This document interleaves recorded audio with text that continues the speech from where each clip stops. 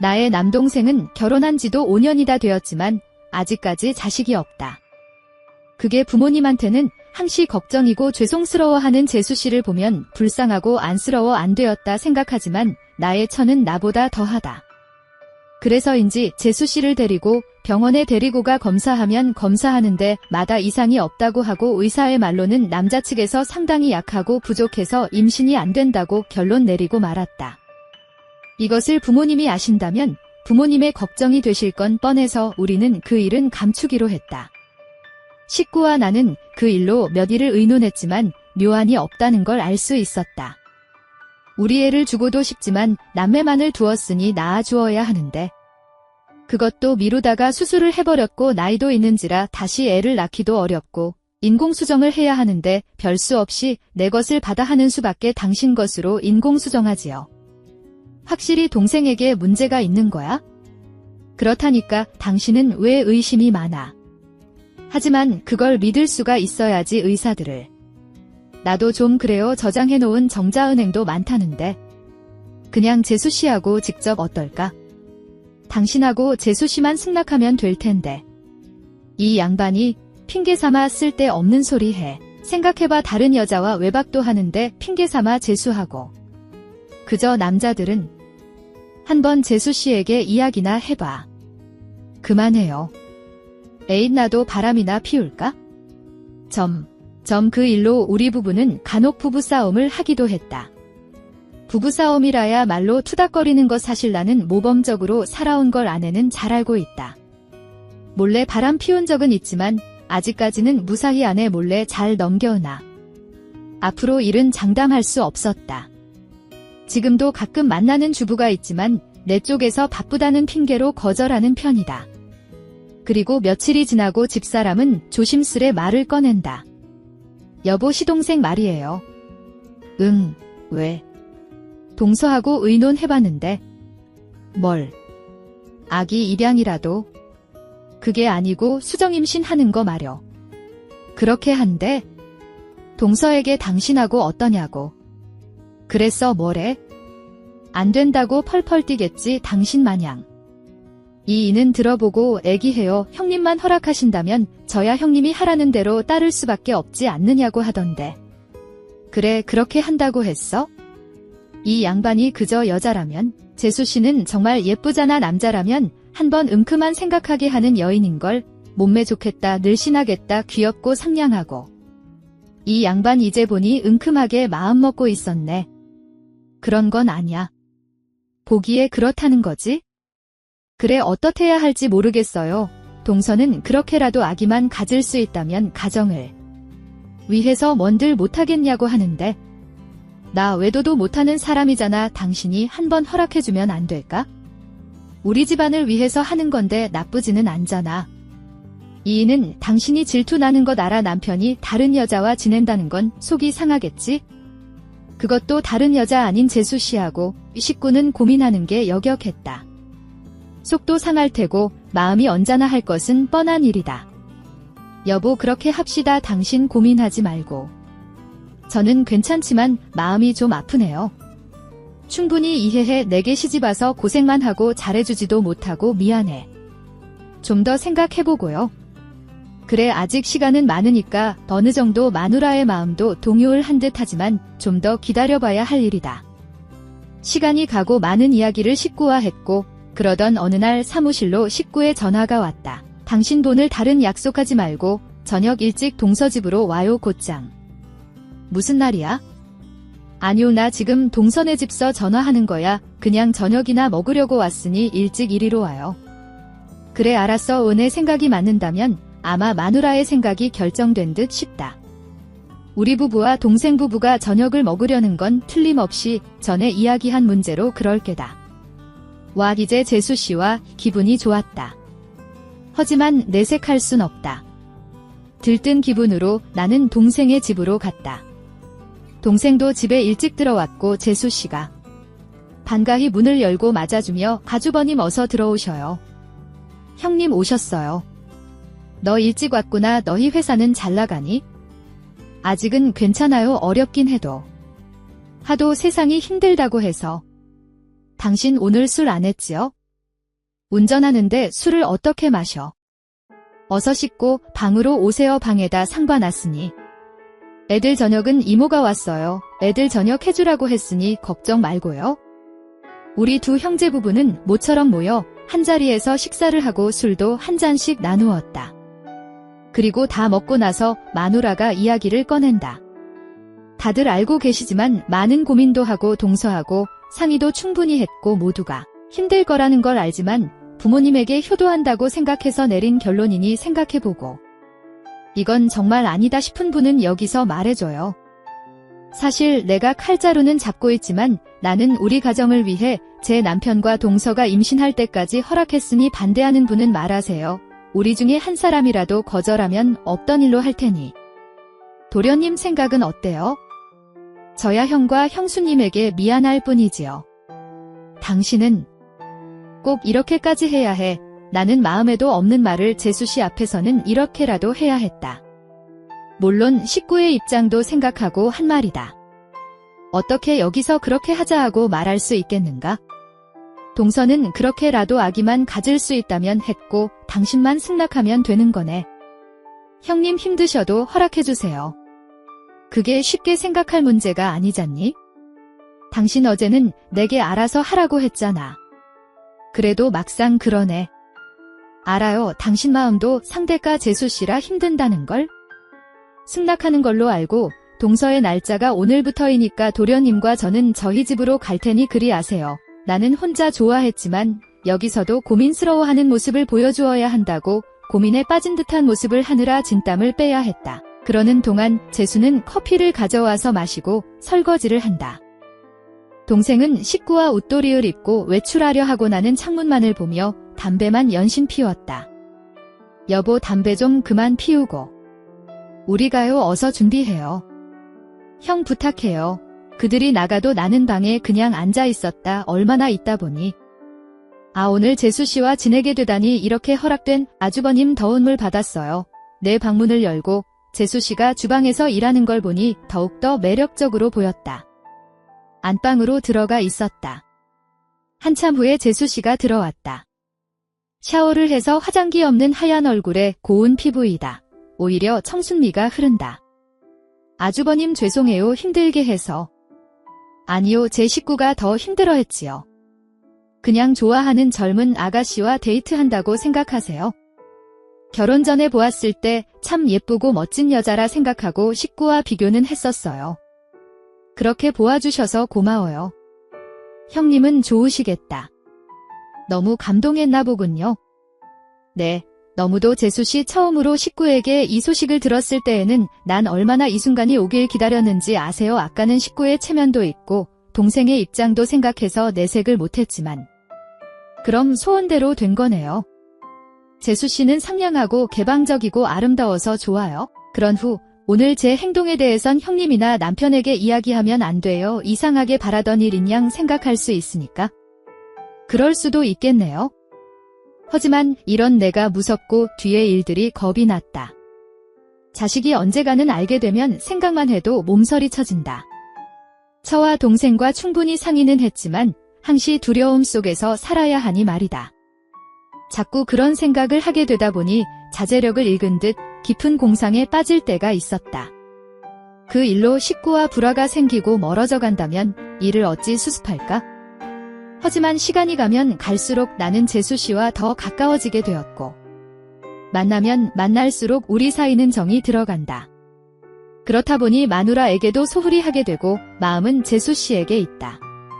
그러던 어느 날 재수씨에게 전화가 왔다. 전에 들렸던 호텔에 있다고 그냥 무심코 호텔에 들어갔는데 재수씨의 겁먹은 얼굴로 나를 보자마자 아주버님 저 몸이 이상해요. 임신한 것 같은데 모르겠어요. 잘 되었네. 말은 그렇게 했지만 올 것이 왔구나. 이젠 이것으로 우리의 관계는 종착역이구나.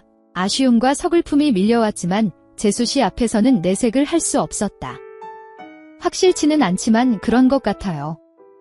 아직 아무도 모르죠? 네, 조금 기다려봐요. 그리고 다니던 병원으로 가지 말고 다른 병원에 가서 검사를 받아봐요. 혼자서. 그래야겠죠? 저는 사실 제 남편도 사랑하지만 아주버님도 무척이나 좋아했어요. 주위 이야기로는 통상 어려운 관계지만 지금 이런 사이까지는 생각을 못했지만 아주버님이 더 좋아지게 되고 욕심 같아서는 영원히 이런 관계가 지속되었으면 하네요. 저도 재수 씨가 너무 좋아요. 하지만 우리 관계는 더 이상 진전할 수 없다는 게 아쉽고. 전에 처음 볼 때 저런 여인이 나의 아내라면 얼마나 좋을까 했어요. 그럼 아주버님도 제게 흑심을 갖고 있었군요. 말하자면 그렇죠. 호호제가 나쁜 사람이죠. 그런 뜻이 아니고 남편과 형님이 속아 넘어간 게 우스워서 그래요. 그리고 며칠 뒤 어머니의 생신으로 가족들이 다 모였다. 부모님도 시골서 올라오시고 재수씨가 오자마자 나는 재수씨를 불러 물어보았다. 병원은 가보셨어요? 네, 사실이네요, 임신이. 식구들 앞에서 공개할 거예요. 언제가는 알 테니 공개했으면 하는데. 조금 더 기다렸다 하면 안 될까요? 가끔 입덧도 하는데 형님이 보면 금방 알 거예요. 나는 몇 일만이라도 더 있다가 했으면 하는데 당장 임신을 가족들이 알면은 우리의 만남도 여기서 끝나야 하는데 너무도 아쉬움에 나는 좀 더 있다 발표하라 권유했지만 재수 씨는 양심에 걸리는지 식구들이 다 모였을 때 발표했음 하는 눈치이다. 그런 일이 있고는 한동안 사업에만 몰두하는데 어느 날 아내에게 전화가 왔다. 여보, 동서가 아들 낳았어요. 잘 되었네? 좋겠어요. 무슨 뜻이야? 아니, 당신이 더 좋아할 것 같아서. 쓸데없는 소리를 어머니 아버지께는? 전화해드렸더니 무척 좋아하셨어요. 나는 점점 재수 씨와 지난 일을 서서히 잊고 지나게 되었다. 100일이 돌아오는 날 가족이 모여서 아침을 먹고 재수 씨의 아기는 부모님들에게 축복을 받으며 사진을 찍는다고 법석이며 야단인데 나는 그 자리에 있기가 뭐해서 바로 나와 버렸다. 저는 50대 초반의 여자이고 슬하에는 아들 하나 딸 하나를 둔 평범한 가정주부입니다. 저희 남편은 헬리콥터를 만드는 회사에 다니는데 평사원으로 입사해 현재는 나름 높은 직책을 맡고 있어요. 맞벌이도 아니고 둘 다 집안이 부자인 것은 아니어서 저는 일찍부터 재테크에 눈을 떴고 열심히 투자를 한 편입니다. 철민이네는 철민 엄마가 부동산이니 경매니 젊어서부터 공부를 많이 하고 열심히 임장 다니더니 벌써 건물주라면서요? 누가 들으면 대단한 건물인 줄 알겠어요. 쓰러져가는 3층짜리 꼬마 건물이에요. 꼬마 건물이라도 서울 땅에 건물주가 웬 말이야. 금수저도 아니고 무함말로 사업을 한 것도 아닌데 회사원 남편 월급만으로 그리 알토란 같은 재산을 읽었으니 대단한 거지. 애들 둘 대학 보내고 시집장가까지 보낼 생각하니까 현실적으로 투자를 안 할 수가 없었어요. 아무튼 철민 엄마 대단해. 친정이 부자도 아니라면서 벌써 그 나이에 건물주에 집도 작아. 부럽다 부러워. 다음번 경매 스터디엔 나도 꼭 불러주고. 네, 그렇게 하세요. 주변 사람들은 저의 재테크 능력을 부러워하면서 재산을 물려받은 것도 아니고 남편 연봉이 그렇게 높은 것도 아닌데 어떻게 건물주가 되었냐고 많이들 물어보십니다. 그런데 주식이나 그런 건 잘 모르지만 나름 제 분야라 할 수 있는 부동산이나 경매 쪽은 그야말로 시간과 노력을 들이는 거 말고는 따로 답이 없습니다. 저는 아이들이 어릴 때 주말에 어디 놀러를 가도 남편이 아이들과 놀아주는 동안 저는 근처 부동산을 방문하며 관심 있는 동네나 상가 매장, 주택 등을 임장 다니는 것이 버릇이었습니다. 좋은 정보가 있는 곳에 부동산 경매 스터디는 돈을 내서라도 참여를 해서 배웠고 닥치는 대로 관련 책을 보고 또 10여 년 전에는 공인중개사 자격증도 공부를 해서 취득했죠. 여보, 내 월급만 그냥 차곡차곡 모아서는 우리 지금 정도 재산 절대 못 모았을 텐데 우리가 이 나이에 그래도 자가도 있고 건물도 있는 건 다 당신 덕이야. 당신이 꼬박꼬박 월급 잘 받아온 공도 크지 뭐. 내가 알뜰하게 절약하는 스타일 당신이 따라준 것도 큰 몫하고. 세상 자 혼자만 잘해서 잘 되는 일 하나 없잖아. 우리가 근검절약해서 돈 모으는 데는 당신이나 나나 둘 다 고생 많았지 뭐. 남편이나 저나 호레호식 별로 좋아하지 않고 사치나 허영과는 담을 쌓은 스타일입니다. 남편과 제가 결혼할 당시만 해도 스몰 웨딩이라는 게 흔치 않던 시절이었는데 저와 남편은 거의 25년 전에 스몰 웨딩으로 결혼식을 한 당사자들입니다. 여보, 결혼식장 빌리고 하객들 식사 대접에 이름만 아는 사람들한테까지 청첩장 돌리며 축의금 주고받느니 조촐하게 직계가족만 참석해서 식은 간소화하는 게 어때요? 당신이 그렇게 결혼하는 게 오케이면 나야 감사하지. 필요한 결혼식 비용 차라리 신혼집이랑 가구들 사는 데 쓰고 말이야. 당신이랑 나랑 생각이 같으니까 우리 그럼 결혼식은 작은 결혼식 하기로 해요. 저와 남편은 제가 나고 자란 고향 시골 마을의 외가댁에서 직계가족들만 참석한 가운데 작은 결혼식을 올렸습니다. 축의금 같은 것도 일체 생략했고 청첩장이니 대형 결혼식장 빌린다고 돈이 쓸데없이 들어가는 일도 없었죠. 예물은 남편과 저 약속의 의미로 심플한 실반지를 나눠 낀 게 전부였죠. 신혼여행에는 돈을 좀 썼었습니다. 둘 다 유럽 여행에 대한 로망이 있었는데 남편과 저 둘만의 배낭여행을 떠났었죠. 쓸데없는 것에 돈을 쓰지 않고 절약하는 가치관이 저와 남편이 같다 보니 제가 부동산 투자니 경매를 열심히 한 것과 더불어서 지금의 알토란 같은 재산을 모으게 된 원동력이 된 게 사실입니다. 송란이 너는 가만 보면 우리 중에 결혼생활 제일 잘하는 것 같다? 남편 직장 잘 다니면서 승진 잘해. 재테크 잘해서 자가의 건물까지 있어. 아들은 서울대, 딸도 명문대. 아무튼 설아니 얘가 은근히 다 가진 기집애라니까. 너희 아들은 요즘도 네 말이라면 꿈뻑하고 죽니? 아들들은 커갈수록 엄마랑 어디 식당 가는 것도 싫어한다던데. 성란이 얘는 아들하고 둘이서만 배낭여행도 다녀올 정도잖니. 그래, 우리 철민이가 유독 날 따르기는 해. 친구들의 말 맞다나 저희 아들은 공부도 잘하고 효자가 맞습니다. 머리가 명석해서 과외 한 번 하지 않고도 시험만 보면 매번 1등. 성품이 착하고 유순해서 싸움 한 번 하지 않고 무탈한 학창시절을 보낸 고마운 아들이죠. 그런데요, 사실 저희 아들이 제가 낳은 친아들이 아닙니다. 아들을 원해서 입양이라도 한 거냐고요? 그렇진 않습니다. 저희 시댁이나 저나 딱히 아들하는 분위기의 집안도 딱히 아니거든요. 제 아들 철민이는 제가 남편과 결혼하고 나서 딸을 임신했을 당시 알게 된 남편의 혼외자였어요. 처음 철민이의 존재를 알게 되었을 때만 해도 남편과 이혼을 해야 하는 것은 아닌가 많은 고민과 갈등에 빠졌던 게 사실입니다. 오늘 병원에 갔는데 우리 아기 건강하게 잘 자라고 있다네? 안전기에 접어들어서 크게 걱정 안 해도 된대. 그래? 다행이다. 당신 요즘 입덧은 좀 괜찮아? 안전기에 접어들어 그런가? 저번 주부터 밥도 먹히고 입맛이 많이 돌아왔어. 다행이다. 그동안 고생 많았어, 여보. 그런데 당신 낯빛이 왜 이렇게 어두워요?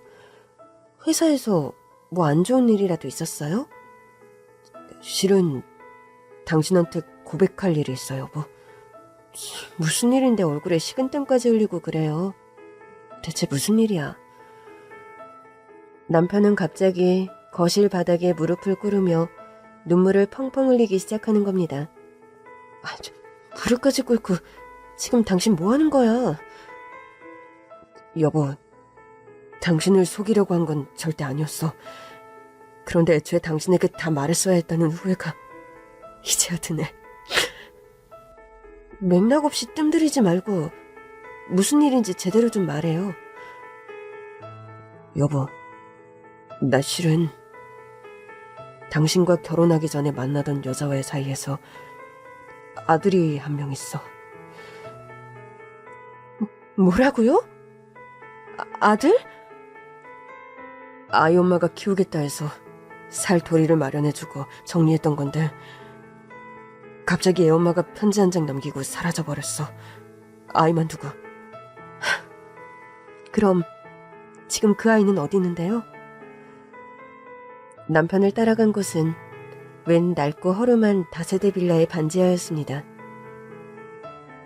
애엄마랑 아이가 이런 곳에 살았다는 거예요? 당신 집안에서 살 도리는 마련해줬다면서요. 여기보다 훨씬 쾌적한 곳을 거처로 마련해줬는데 집까지 팔아넘기고 돈만 챙기고 애엄마가 사라져버렸어. 당신이나 그 여자나 참 답없는 사람들이네. 컴컴하고 추운 반지하 골방에 4살배기 남자아이가 혼자서 울고 있었습니다. 아이를 임시로 돌봐주던 도우미 아주머니가 잠깐 슈퍼에 간 참이었고 아이는 혼자 남겨서 어두운 방 안에서 울고 있었던 거죠. 엄마, 보고 싶어. 엄마. 남편의 얼굴을 빼다박은 남자아이는 며칠을 씻지 못했는지 꾀지지한 몰골로 고민형을 가슴에 끌어안고 처량하게 울고 있었어요. 아가야, 네 엄마는 어디 가고 너 혼자 이렇게 울고 있니? 엄마가 새밤 자면 온다고 했는데 엄마가 계속 안 왔어요. 며칠을 제대로 먹지도 못했는지 아이는 너무 힘이 없어 보였습니다. 아가야, 너 배 안 고파? 밥은 먹었어? 밥 먹고 싶어. 배고파. 남편에 대한 미움과 배신감은 온데간데 없이 전 그 불쌍한 어린 남자아이를 품에 안고 근처의 식당으로 들어갔습니다. 설렁탕에 만 밥을 정신없이 먹는 아이를 보자 전 대체 이 아이를 어찌해야 하나 싶은 생각이 들더군요. 마음 같아선 혼외자가 있다는 사실을 숨기고 저와 결혼한 남편에게 바로 이혼을 통보하고 싶은 마음도 굴뚝 같았지만 그러기엔 제 뱃속에 이미 남편과의 아이가 자라고 있는 상황이었죠. 게다가 어른들이 잘못이지 아이가 무슨 잘못인가 싶은 생각이 들었어요. 어린 아들은 하루아침에 엄마라는 둥지를 잃어버린 불쌍한 작은 새 한 마리와 다름이 없었습니다. 당신은 앞으로 이 아이 어쩔 생각이야? 애엄마가 그리 자취를 감춰버려서 어머니께 부탁해서 어머님 댁에서 키우는 수밖에. 어머님 나이도 연로하시고 매일 병원 다니시는 분이 무슨 어린애를 키워. 그럼 뭐 딱히 다른 방법이 있는 것도 아니잖아, 여보. 당신은 아직 내게 여보라는 말이 참 쉽게도 나온다? 내게 그런 깜찍한 거짓말을 하고서도? 당신이 뭐라고 욕해도 난 아무 할 말이 없어. 죽을 때까지 당신한테 용서 빌면서 살게. 여보, 제발 나 한 번만 봐주면 안 될까? 응? 내게 솔직하지 못했던 당신이 참을 수 없이 밉지만 이 아이는 죄가 없어. 책임감 없는 부모 만난 이 아이가 솔직히 너무나 불쌍하네. 전 며칠의 구심 끝에 그 아이를 제가 키우기로 결정을 내렸습니다. 성란아, 너 정말 자신 있니?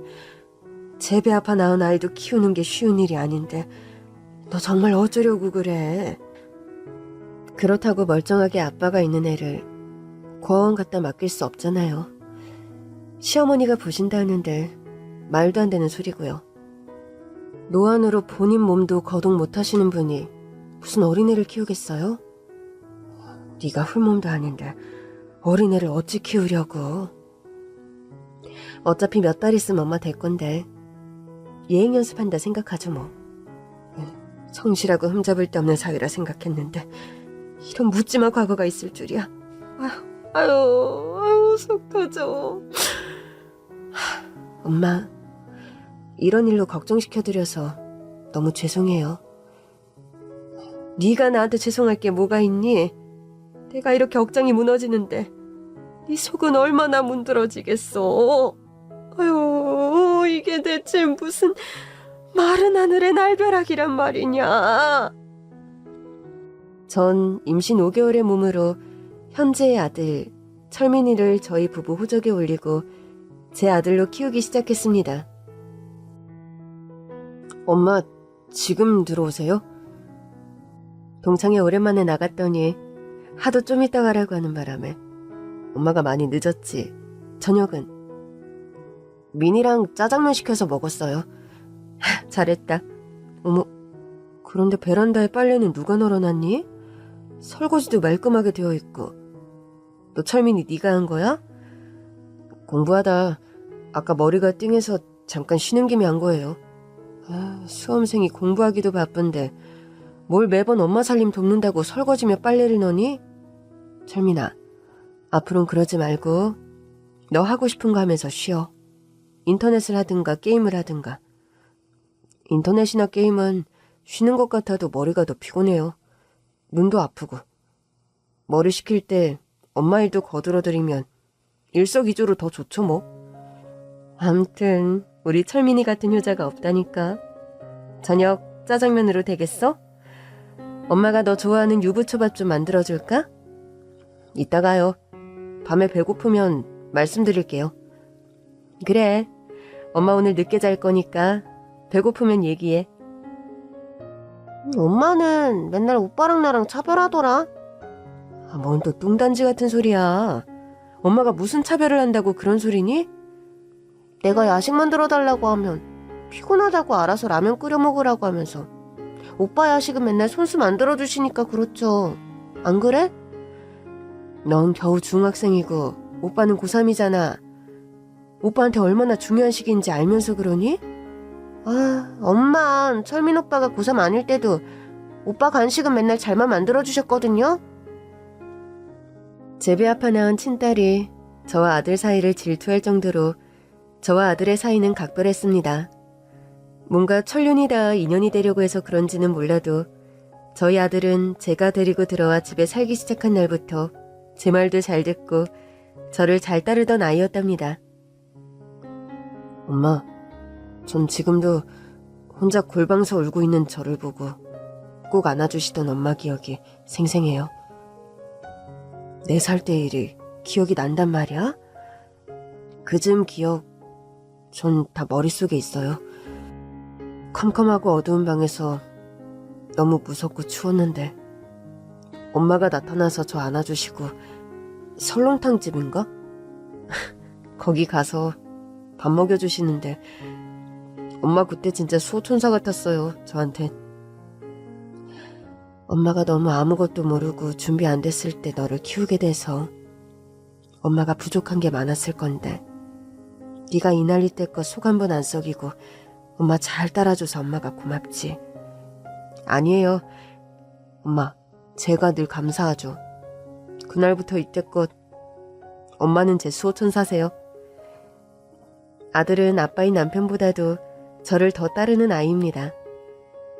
여보, 철민이는 어찌 된 게 나보다 당신을 더 좋아하는 것 같아? 민이랑 당신이랑 세트로 철민이랑 나 질투하는 거예요? 민이 보기에도 둘이 너무 돈독하니까 그런 소리 나오는 거 아니야. 당신이 가만 보면 철민이만 좀 싸고 도는 게 있어.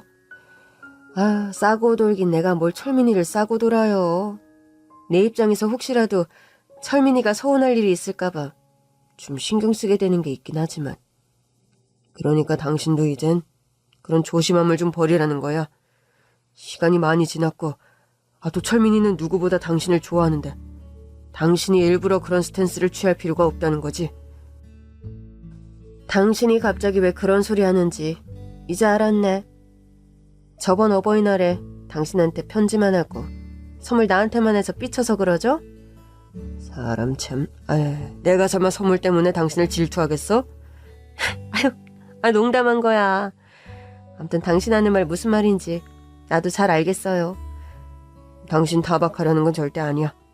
나야 죽을 때까지 당신한테 죄인의 사람인걸 뭐. 그리고 철민이를 당신 친아들 이상으로 보살피고 사랑해준 것 나 평생 못 잊을 거야. 그건 아마 철민이도 마찬가지일 거고. 당신 과오를 따지기 전에 이제는 시간도 많이 지났고 철민이는 내 아들이나 다름없어요. 아니, 철민이는 그냥 내 아들이야. 어릴 때부터 공부를 잘하던 저희 아들은 남들이 모두 부러워하는 서울대생이 되었고 대학에 가서도 매번 장학금을 놓치지 않고 학교를 다녔습니다. 아들이 마지막 4학년 여름방학을 앞둔 어느 날이었습니다. 여보, 우리 이번 여름휴가는 애들 데리고 해외여행 다녀올까? 더운 여름휴가철에 어디 가는 거 딱 질색인 사람이 웬일이에요? 내년이면 민이도 고3이라 어디 가족여행 가기도 힘들 텐데 철민이도 학교 졸업해 취직하면 같이 놀러갈 시간도 없을 거고 뭔가 이번 여름이 우리 가족끼리 오붓하게 여행 갈 수 있는 마지막 기회 같아서. 그래요. 어디 일본이나 아님 베트남 같은 데라도 다녀오기로 해요. 우리 그간 돈 아끼고 저축한다고 변변한 여행 한번 제대로 못 다녔잖아. 그간 당신 허리띠 졸라매고 알뜰하게 살아오느라 고생 많았어. 당신도 이 나이까지 잘리지도 않고 회사 무탈하게 잘 다녀줘서 고마워요. 저와 남편은 아들의 여름방학을 앞두고 아주 오랜만에 해외로의 가족여행을 계획하고 있었습니다. 비행기표와 호텔 예약까지 마치고 가족 모두가 휴가 떠날 생각에 들떠있던 어느 날이었어요. 엄마, 우리 더운 나라 여행 가는데 엄마랑 나랑 비키니 수영복이라도 하나씩 사가야 하는 거 아니에요? 엄마는 뱃살 때문에 입어도 웃기니까 네 거나 하나 사. 그러지 말고 엄마랑 나랑 세트로 하나 같이 사요. 네? 얘는 참. 엄마가 이 나이에 무슨 비키니를 입어. 네 오빠랑 아빠 보기 망측하다. 왜 그러세요? 엄마 목욕탕 가면 아줌마들 치고 몸에 진짜 양호한 편인데?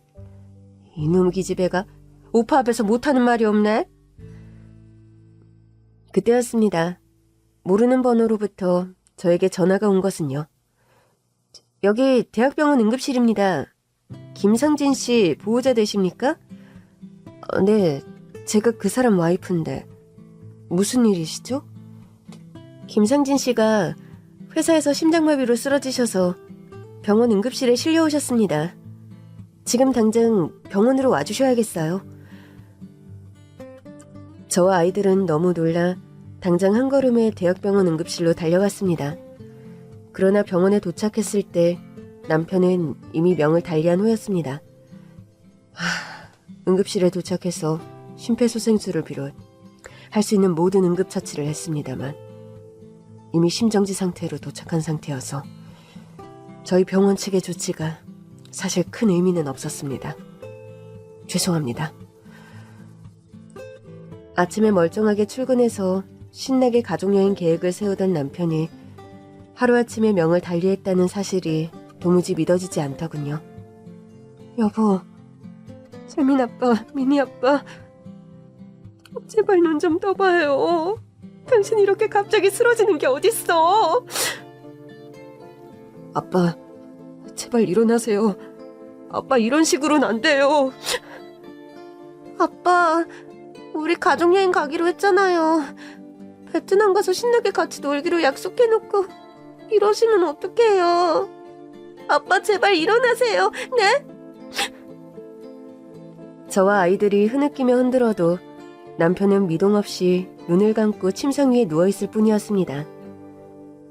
남편의 마지막 가는 얼굴은 그런데도 참 편안해 보이더군요. 아직 철민이랑 민이 장가랑 시집도 안 갔는데 당신 이런 식으로 먼저 떠나버리면 어쩌자는 거야. 여보 이러지 마. 제발 정신 차리라고. 저는 오열하며 울부짖다 거의 그 자리에 탈진하듯 쓰러지고 말았습니다. 수액을 맞고 겨우 눈을 떴을 땐 제가 그 병원의 응급실에 누워있더군요. 걱정스런 얼굴로 저를 보는 아들과 딸을 보고 정신을 차려야 했죠. 미안하다. 철민아, 민이야. 엄마가 마음을 굳게 먹고 너희들을 지켜줘야 하는데. 아니에요, 엄마. 얼마나 충격이 크셨으면. 엄마, 힘내요. 이젠 저희가 엄마 지켜드릴 거예요. 저를 위로하는 아들과 딸을 보며 마음이 미어질 것만 같더군요. 하루아침에 아빠를 잃고 충격이 크고 슬픈 건 매한가지일 텐데 어느덧 커서 저를 위로하는 아이들을 보고 있자니 대견하면서도 가슴이 아팠습니다. 아이들에게 더는 약한 모습을 보이면 안 되겠다. 굳게 마음을 먹고 이를 악물고 저는 자리에서 일어났죠. 장례 절차가 시작되었고 한참 빈소에서 조문객들을 맡고 있는데 정말이지 예기치 못한 불청객이 한 명 저희 장례식장을 찾아온 겁니다. 여기가 김상진 씨 장례식장 맞나요? 맞는데 누구시죠? 장례식장에 왔다는 조문객이 첫눈에도 속이 훤히 비치는 검은 원피스 차림에 새빨간 립스틱을 바른 모양새가 영 상식이 있어 보이는 외양은 아니었습니다. 새빨간 립스틱의 여자는 탐탁치 않다는 듯 제 모습을 위아래로 스킨하더니 갑자기 제 아들 앞으로 성큼성큼 걸어가더군요. 네가 철민이니? 네, 제가 철민인데요. 아이고, 우리 철민이가 언제 이렇게 어엿한 청년이 되었다. 이보세요, 아줌마. 이제 내가 나타났으니 남편도 저 세상간 마당에 이제 철민이 엄마 자리 내놓으시죠? 결혼을 알게 된 남편의 숨겨놓은 아들이 불쌍해 친아들로 입양해 키워 서울대생 만들어놨더니 남편 장례식장에 친엄마라는 사람이 나타나 그야말로 강짜를 부리는 상황이 발생한 겁니다. 뭐라고? 당신이 정말 철민이 엄마란 말이야? 아니, 보고도 모르겠어요? 내가 철민이 바로 이 아이를 낳은 생모라고. 당신이 철민 아빠와 결혼했지만 딸만 하나 낳았지 아들 낳은 적은 없잖아? 안 그래? 지금 여기가 대체 어디라고 그런 말을 막 함부로 하는 거예요? 말 좀 가려하시죠. 아니, 내가 뭐 못 올 때라도 왔어? 보자 하니까 본인이 조강지처라도 되는 줄 아는 모양인데. 엄밀히 말해서 김상진 씨 진짜 조강지처는 나 천미자란 말이야. 이거 왜 이래? 조강지처라니? 그거 무슨 뚱딴지 같은 소리야? 당신이 언제 애들 아빠하고 결혼한 적이 있다고. 사람들이 오해하니까 헛님 놀리지 말고 이만 장례식장에서 나가주시죠. 그래. 난 법적으로 부인은 아니었어. 그래도 그 옛날에 당신만 안 나타났다면 난 상진 씨 법적인 와이프가 됐을 거고. 우리 철민이랑 생이별할 일도 없었을 거라고. 아니, 이 여자가 정말 미쳤나? 이보세요. 누가 들으면 내가 무슨 상관녀라도 되는 줄 알게 말을 하네? 여봐요. 진짜 이런 말까진 안 하려고 했는데. 무슨 할 말이 더 있는데?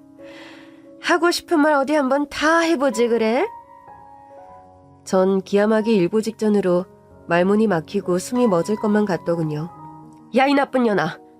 내 살배기 어린애 내팽개치고 도망갈 땐 언제고? 이제 와서 엄마 행실이야. 시원하게 쏘아붙이고 싶었지만 전 그럴 수 없었습니다. 그 옛날 차가운 골방에 버려졌던 당사자, 제 아들 철민이가 바로 그 자리에 있었기 때문이죠. 아무리 제가 화가 나고 억울해도 아들아이의 가슴에 대못을 박는 말은 남발할 수 없었습니다. 제가 상간녀로 오해받을지언정 아들에게 비수 꽂는 말을 제가 할 수는 없는 노릇이었죠. 내가 할 말이 없어 참는 건 아니라는 거 당신도 잘 알 거야. 더 험한 말 내 입에서 나오기 전에 당장 사라져. 상진 씨까지 명달리한 마당에 내가 뭐가 무서울 것 같아? 난 내 아들 찾아갈 거야. 앞으로는 내 아들하고 같이 살 거라고. 철민아, 엄마가 그동안 널 찾지 못해서 미안하다. 그래도 내가 살아온 사정을 들으면 네가 엄마를 이해할 거야. 아, 우리 아들 참 잘생긴 청년이 되었네.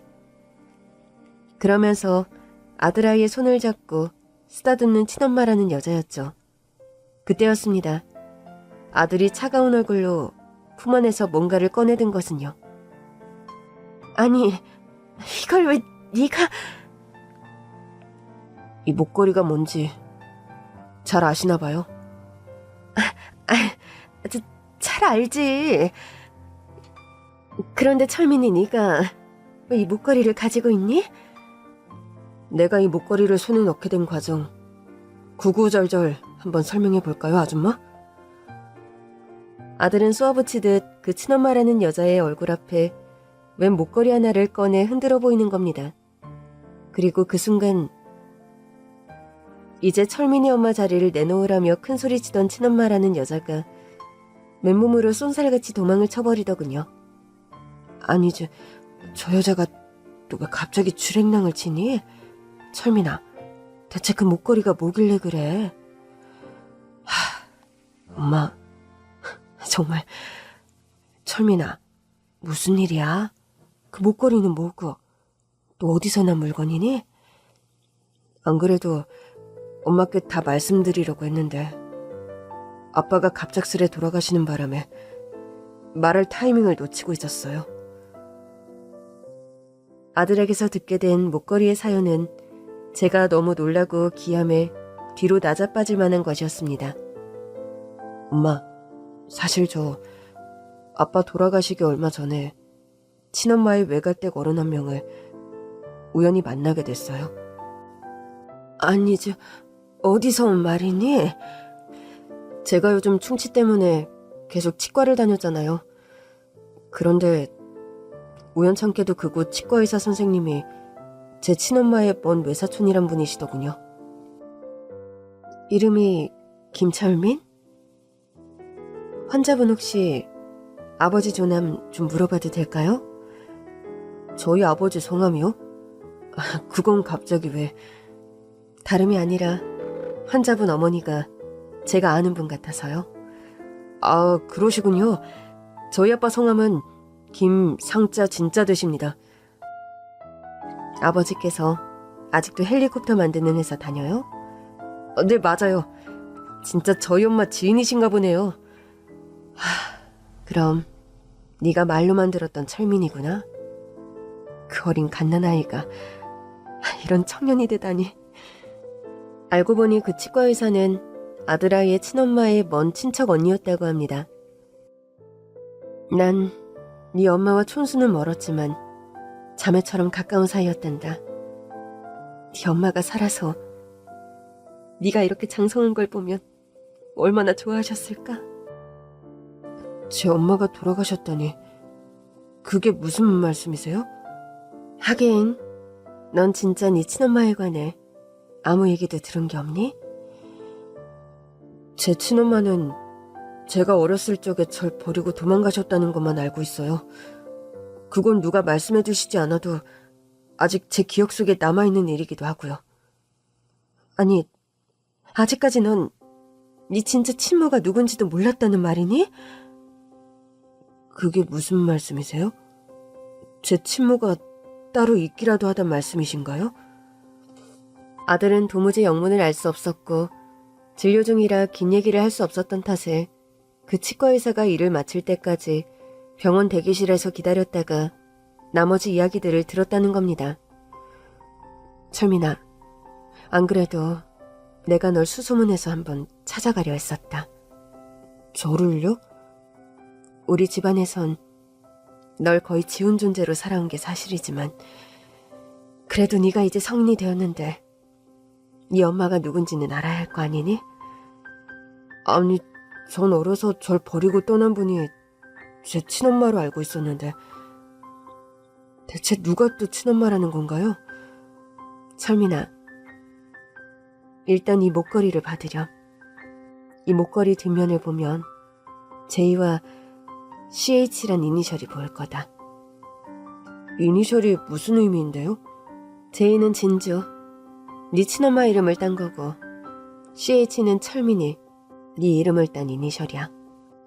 제 친엄마 이름이 진주란 말씀이세요? 전 참이자란 분이 절 낳아주신 분으로 알았는데 참이자는 네 친엄마가 아니야. 그 여자는 네 친엄마의 남자를 뺏은 배신녀였어. 뭐라고요? 그게 무슨... 아들이 그 치과의사라는 먼 촌수의 외갓댁 이모로부터 들은 말은 아주 충격적이고 놀라운 것이었다고 합니다. 네 아빠와 친엄마는 대학교 때 같은 학과를 다니는 캠퍼스 커플이었다. 졸업을 얼마 앞두고 네 엄마는 혼전 임신을 해서 널 가졌고 결혼을 약속한 상황이었지. 자기, 대체 우리 관계 언제 진주 언니한테 실토할 거야? 미자, 너도 알다시피 진주개가 홀몸도 아닌데 어떻게 바로 헤어지자란 말을 하란 말이야. 당신 이렇게 우유부단한 남자였어? 이런 식으로 나올 거면 애초에 나한테 마음을 주질 말던가. 다 버리고 나한테 오겠다고 했으면 결단력을 좀 보이란 말이야. 알았어. 조금만 기다려줘. 미자야, 너까지 정말 왜 이러니? 이번 주까지 진주한테 말할 테니 조금만 내게 시간을 달라고. 지금 두 사람 대체 무슨 얘기를 나누는 거야? 아니지, 진주야. 너 대체 언제 거기 와 있었던 거야? 설마 했는데 두 사람 정말 그렇고 그런 사이였어? 언니, 이왕 이렇게 된 거 나 거짓말 안 할래. 그래, 나 상진 선배 사랑해. 아니, 사랑하게 돼버렸어. 진주야, 사실은 내가 말이야, 뭐? 지금 미자가 말하는 게 다 사실이야? 설마 당신이 나와 내 뱃속에 아이를 두고 미자와 바람이 났다는 거야? 미안해, 진주야. 내가 진짜 죽일 놈이야. 날 제발 용서해주라, 응? 용서? 이게 용서로 해결될 일이야? 나 혼자 임신해서 결혼하라까지 다 받아놓고 지금 미자랑 뭘 어쩌겠다는 거야? 미안해, 진주야. 어쩌다 보니 미자를 사랑하게 되어버렸어. 나 같은 나쁜 놈은 있고 새 출발해. 정말 미안하다. 새 출발? 뱃속의 아기는 그럼 어떡하고? 언니, 아이는 걱정 마요. 그 아이 나와 상진 선배가 결혼해서 잘 키울 테니. 언니는 무사히 출산만 해요, 그러면. 자, 이런 나쁜 년, 천벌받을 년. 어떻게 다른 사람도 아니고 네가 내 남자를 뺐니? 그것도 내 아이의 아빠가 될 사람을. 넌 진짜 그러는 거 아니야. 알고 보니까요, 아들의 친엄마는 그 옛날 골방에 아들을 버리고 도망간 여자가 아니라 남편이 대학교에 다니며 사귀었던 첫사랑 캠퍼스 커플이었다고 합니다. 이름은 전진주. 얼굴도 예쁘고 심성도 온화한 아가씨였다는 겁니다. 그런데 제 남편은 자신의 아이까지 가진 약혼녀를 버리고 약혼녀의 절친한 후배와 바람이 났던 거였죠. 철민아, 엄마 역시 그런 사실은 하나도 모르고 있었어. 그저 널 낳은 친엄마가 철이 없고 좀 모자란 사람이라 널 버리고 도망간 거라고 생각했는데 세상에 어떻게 이런 일이. 제 친엄마는 아빠와 그 여자에게 배신당하고 우울증에 시달리며 건강이 엄청 상한 상황에서 겨우 저를 낳으셨대요.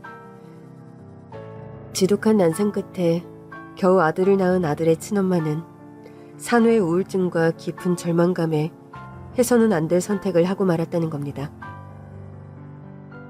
너희 친엄마는 네 아빠와 그 여후배에게 당한 배신감과 상처에서 헤어나오질 못했단다.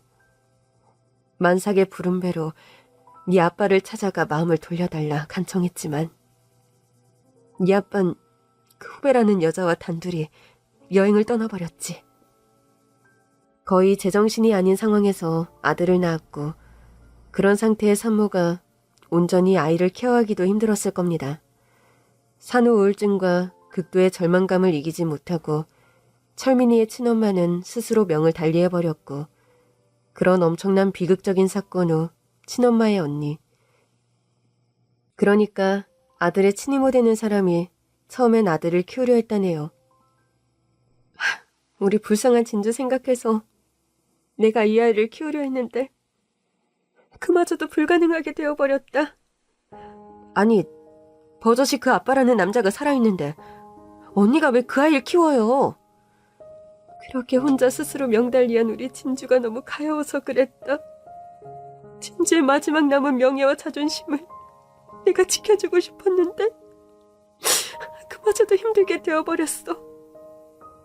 나 폐암 말기로 시한부란다. 하늘도 무심하시지. 왜 자꾸 이런 일이?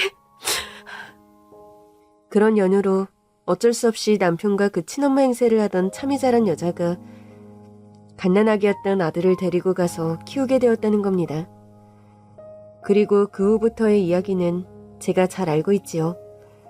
남편은 참이 자란 여자와 결혼을 준비하던 중에 집안의 극심한 반대에 부딪혔고 또 원래부터 갈등의 원인이던 성격 차이로 그 여자와 헤어졌던 거죠. 남편이 저를 만난 건 그 여자와 헤어질 결심을 하던 때였습니다. 저에겐 아들의 존재, 그러니까 혼외자가 있다는 사실을 숨기고 결혼을 진행했던 거고요. 저희 시댁이요. 사실 그렇게 부자도 아니면서 그 참이자라는 여자에게 집도 사주고 나름 거액의 돈을 주면서 아들아이를 부탁했었다고 합니다. 이거 집문서와 예금 통장이다. 이 정도면 결혼 무르는 대가와 우리 철민이 키워주는 대가로 충분하겠지? 약속하신 양육비와 생활비 다달이 보내주시는 거는 확실하죠? 너나 앞으로 입단속 평생 잘하고 살 생각해. 그 집이며 돈이며 생활비 우리가 뭐 재벌이라 너한테 주는 거 아니야. 지금 우리 아들이 결혼하겠다고 나서 며느리감 놓치기 싫고 우리 아들 평생 애 딸린 호랩이 만들기 싫어서 내린 결정이네. 너 역시 모든 비밀을 묻고 간다는 약속이나 잘 지켜라. 걱정 마세요. 제 입 막으려면 다달이 약속한 생활비 보내주셔야 한다는 거 잊지 마시고요.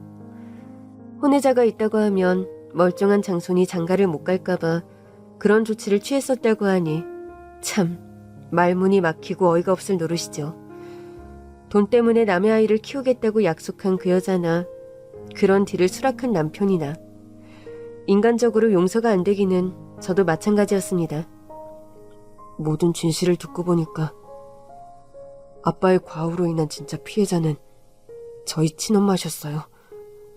그리고 그 다음 피해자가 엄마와 저였던 거고요. 그런 말을 하면서 한참을 서럽게 오열하는 아들이었습니다. 모든 진실을 다 알아버린 후에 통곡하는 아들에게 전 어떤 말을 해줘야 할지 도무지 갈피가 잡히지 않더군요. 사실 저 역시 아들의 진짜 친엄마의 존재를 아들을 통해 알게 된 참이어서 충격을 많이 받은 상태였습니다. 남편은 끝내 저에게 진짜 진실을 고백하지도 않고 이미 명을 달리한 상황이었죠. 엄마, 저 솔직히 아빠가 너무 믿고 원망스러워요. 어떻게 한 여자의 일생을 그렇게 잔인하게 짓밟을 수가 있는 거냐고요. 철민아, 엄마가 너에게 해줄 말이 하나도 없구나. 나 역시 아무것도 몰랐다는 말이 너에게 위로가 될 것 같지도 않고. 정말. 치과의사를 한다는 그 먼 친척분이 말씀하시더군요. 제 친엄마는 정말 원통하고 서럽게 돌아가셨다고요. 제 이름과 본인 이름을 목걸이에 각인하고 그 목걸이를 꼭 제가 어른이 되면 전해달라는 말씀을 남기셨대요. 미안하다, 철민아. 엄마가 대신 너에게 미안하다는 말밖에는 해줄 말이 없어. 엄마가 미안하실 게 뭐가 있는데요. 엄마는 저와 같이 아빠에게 평생 기만당한 피해자일 뿐이에요. 게다가 엄마는 친어머니 이상으로 절 사랑으로 키워주셨는데 그런 말씀하지 마세요, 엄마. 네 아빠 정말 나쁜 사람이다. 정말 나쁜 사람이야. 전 격앙되어 흐느끼는 아들의 등을 어루만져 주는 것 말고는 할 수 있는 일이 없었습니다. 저 역시 진짜 진실을 마주하고 남편에 대한 배신감이 부글부글 끓어오르는 게 사실이었지만 뭔가 더 큰 분노와 상처 때문에 괴로워하는 아들 앞에서 제가 저의 감정을 드러낸다는 게 어불성설처럼 느껴지더군요. 아들은 남편의 장례식 내내 감정적으로 무척 힘들어했고 제대로 마음을 추스르지 못했습니다. 당연한 일이었죠.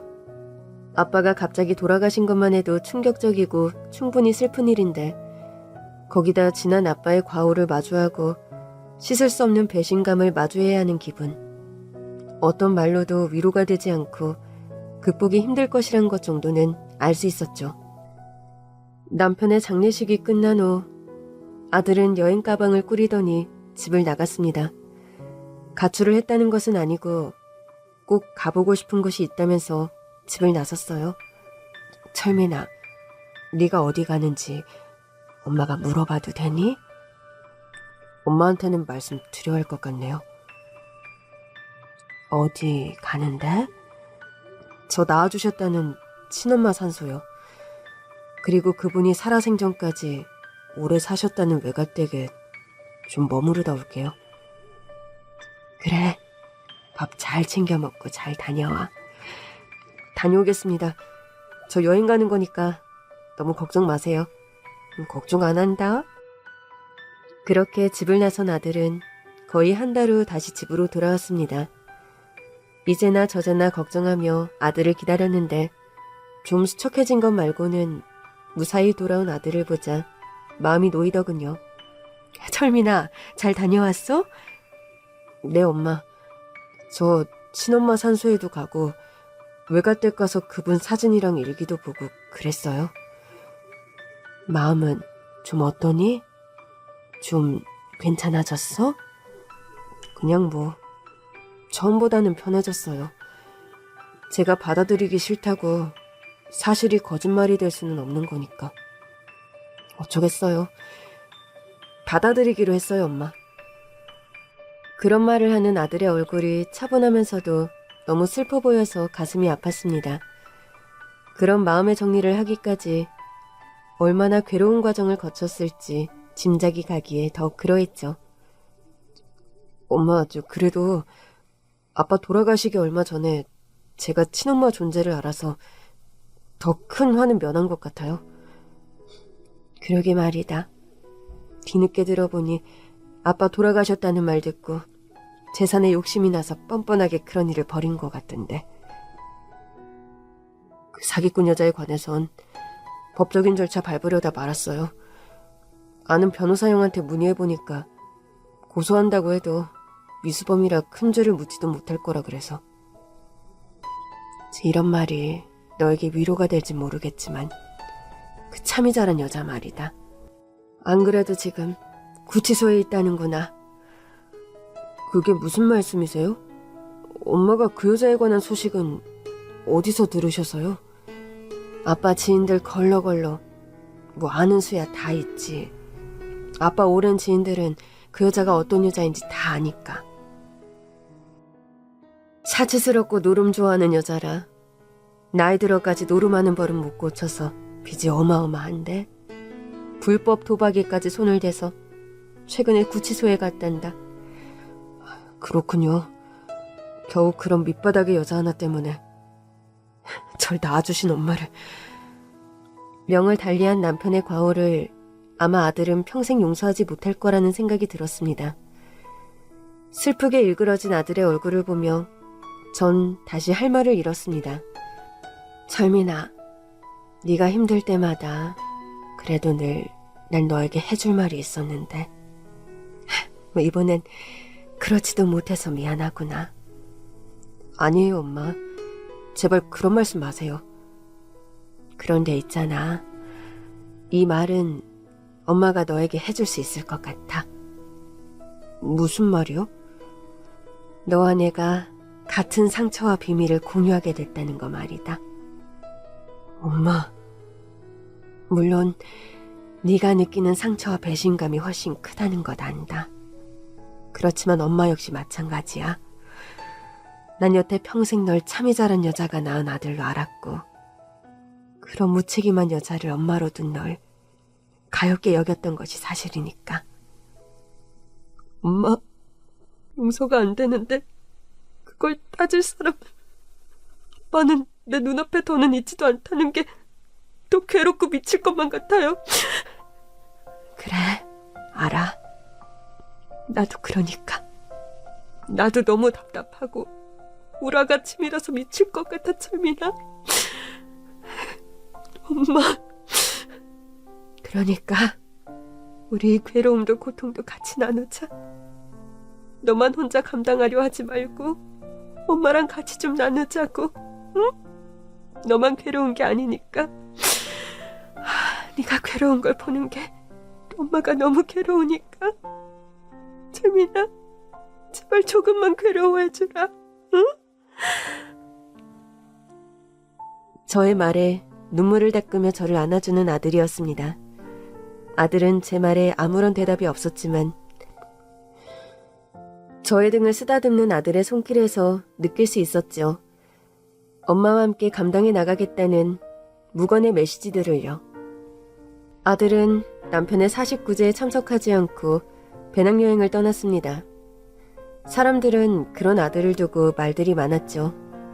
아니 철민 엄마, 아무리 요즘 애들이 개념이 없어도 그렇지 아빠 49제에 배낭여행 떠나는 아들이 어딨어요? 그러게요. 그런데 집마다 다 사정이 다른 거고 말 못할 연유라는 게 있으니 좀 그러려니 해주시면 안 될까요? 뭐 철민 엄마가 허락한 거라면 이유야 있겠지만 사람들이 다 흉을 보고 욕하니까 그렇죠. 털어 먼지 안 나는 사람 하나 없는데 뭐가 그리 다들 잘났다고 남의 아들 흠집을 내나요? 그런 소리 길게 하는 분들은 그냥 돌아가라 전해주세요. 아유 참, 난 사람들 하는 소리 그냥 전해준 것뿐이에요. 암튼 장례 치르고 여태까지 고생 많았네. 철민 아빠 갑자기 돌아가셔서 충격이 컸을 텐데 좀 괜찮아요? 글쎄요, 뭐 차차 나아지겠죠. 철민 엄마랑 아빠 부부금슬이 좋았잖아. 아무리 회자정리란 말이 있다지만 그게 어디 쉬워요? 그죠? 그러게요. 회자정리, 그걸 잘해야 하는데 쉽지가 않네요. 지인은 걱정하는 소리로 그런 말을 했지만 제가 대꾸하는 회자정리는 단순히 그리움만을 내포한 말은 아니었습니다. 저와 아들 철민이가 앞으로 해나가야 할 회자정리는 그보다 훨씬 복잡하고 힘든 일일 거란 생각입니다. 그래도 내일은 내일의 태양이 어김없이 떠오르고 지나간 시간 속에서 지워지지 않는 투명한 진실을 또다시 마주해야겠죠. 그 진실이 나 자신을 부끄럽게 하지 않는 것임에 위로를 받으며 하루하루 열심히 살아나가려 합니다. 긴 얘기 들어주셔서 감사합니다.